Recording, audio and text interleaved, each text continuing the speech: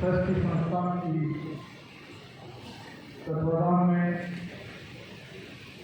हमारे दो युवा लेखक डॉक्टर विजय विप्लवी और डॉक्टर कुंजन आचार्य द्वारा लिखित पुस्तक का पत्रकार दीनदयाल उपाध्याय की स्मृति समारोह में हमारे बीच हमारे राजस्थान के गौरव श्री ओम प्रकाश माथुर साहब, महामहिम राज्यपाल श्री के इस समारोह की प्रमुख अतिथि के रूप में शोभायमान है।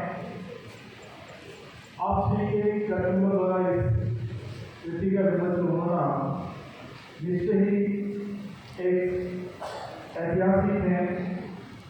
आपसी की उपस्थिति हम सभी के लिए गौरव और प्रेरणामय है।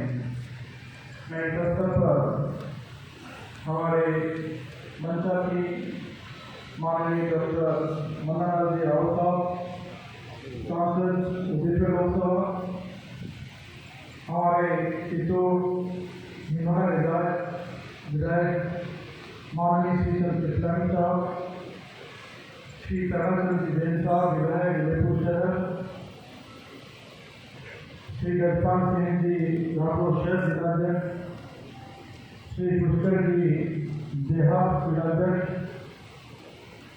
हमारे लीडर से हमारे पूर्व विधायक आदरणीय माता लीडर, हमारे सभी के चहरे व विभाग और अस्पताल के अपने व्यक्तित्व धनी श्रीमान धर्मनाथ जी जोशी साहब, श्री गोपालाल जी, हमारे पूर्व जी विजय ग्रामीण, आदरणीय दिनेश भट्ट साहब, यहाँ बिहार और सभी साहित्य प्रेमी, इस शहर के प्रबुद्धन, माता बहनों, मैं अपने आप को बहुत ही सौभाग्यशाली मानता हूँ। जिस शख्सियत की हम बात कर रहे हैं उन्होंने 1964 में दुर्गा संस्थान में ओटीसी का बॉडी किया था और उस समय आज हम एकात्म भारत की बात कर रहे हैं, उस समय ऐसी कोई बात नहीं थी, केवल विचार था। अब उनके विचार के प्रति एक ही भाव था कि हम राजनीति में सनातन मूल्य को कैसे लाएं, क्योंकि कहीं कहीं एक ऐसा कालखंड था जिसमें राजनीति में सनातन की बात करना थोड़ा सा परहेज करते थे लोग। आप देखिए कि ठीक 60 वर्ष बाद इसी वर्ष 4-5 जून 2025 को दुर्गा संस्थान में षष्ठी पूर्ति के रूप में पुनः बॉडी किया गया, जो हम सभी के लिए बहुत गौरव की बात। आज जिस कृति का विमोचन हुआ है वह संग्रह नहीं है, वह एक संवेदना का संकलन है।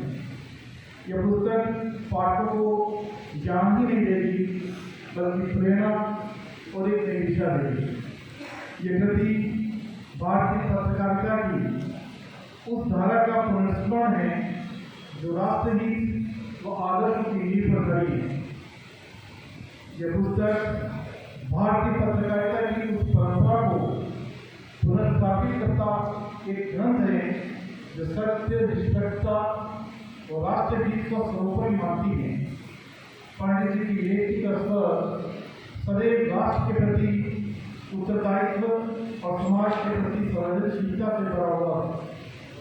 वे मानते थे कि पत्रकार का काम समाज में व्याप्त अन्याय, असमानता और भ्रष्टाचार को उजागर करना है, समाज को सजग करना है।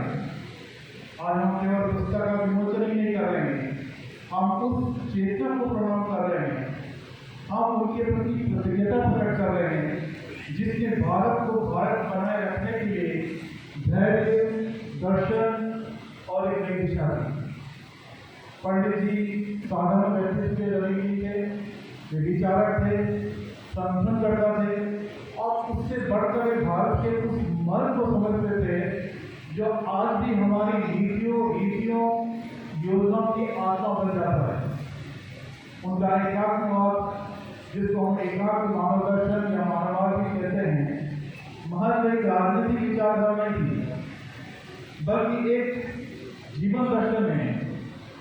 हम जानते हैं कि जब एकात्म की बात करते हैं, एकात्मवाद की बात करते हैं, एकता दर्शन है जो हमारा शरीर, मन, बुद्धि, आत्मा सभी को एक बहुत ही संतुलन से जोड़ता है और सबसे बड़ी बात है वो प्रकृति के नजदीक ले जाता है। मुझे लगता है कि आज जिस तरह से अतिवृष्टि और चीजें देख रहे हैं, ग्लोबल वार्मिंग देख रहे हैं और जिस तरह से प्रकृति को भाग रहे हैं, कहें कि एकात्मवाद की जरूरत है। पंडित जी कहते थे भारत की समस्या का समाधान भारत की संस्कृति, परंपरा और समाज के आने वाले से निकलेगा। हमें किसी भी तरह से कोई बाहरी मॉडल मिले उससे हमें रास्ता नहीं मिलेगा। दीनदयाल नाम में ये गीत था, हमारे हृदय में भी सांस्कृतिक साधन, आत्मा के ऋषि व राष्ट्र चिंतन के स्तंभ के रूप में हमेशा active रहेंगे। वे कहते थे हमारा समाज जीवन मनुष्य का समूह नहीं है, ये हमारे पूर्वजों, हमारी परंपराओं और हमारे भावी पीढ़ियों का एक निरंतर प्रवाह है। वे वर्तमान नहीं, समय की धारा के बारे में सोचते थे। उनकी विचारधारा एक पीड़ा थी पर हताशा नहीं थी। भारत को चलाने के लिए भारत को पहचानना जरूरी है और इसके लिए हमें भारत के खेतों खलिहान में जाना पड़ेगा। हमें गाँव की नीति से खेलना पड़ेगा। आप देखिए, हमें जो असहाय की व्यवस्था है उसको सुनना पड़ेगा। उन्होंने भारत को देखा ही भारत को भोगा है। पंडित दीनदयाल उपाध्याय जी ने पत्रकारिता को केवल सूचना देने का साधन न मानकर उसे राष्ट्र निर्माण और शक्तिशाली उपकरण माना है। उनका मानना था कि समाचार केवल घटनाओं का गवाही नहीं है, बल्कि समाज को दिशा देने का माध्यम है। आज की पत्रकारिता में जरूरत है पंडित जी की पत्रकारिता के मूल्यों की। आज जरूरत है कि हम सत्य का किस्सा को उद्घाटित करें। आज किस तरह से मीडिया जनमानस की सच्ची आवाज बने, समाज की नैतिक से चेतना का संचार करें, राष्ट्र हित को सर्वोपरि माने और लोकतंत्र को सशक्त बनाए। पंडित जी का जीवन संघर्षों से भरा था, हम सभी जानते हैं। न मातावती, न पिता, न परिवार, उनका जीवन एकाकी था।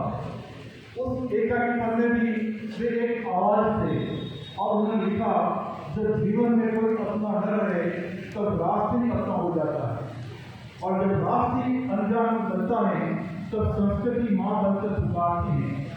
इस पंक्ति को पढ़कर मैं कुछ देर तक मौन रह गया और सोचा कि कितना गहरा, कितना करूँ और कितना आर्थिक जीवन उनका था। दीनदयाल को पढ़े नहीं, जिए। उनका जीवन एक कोटेशन नहीं, हमें जीवन की मांग करता है। उनका अंतिम कम चर्चित परंतु बहुत गुड बात है जो मैं आपके सामने कहना चाहूँगा।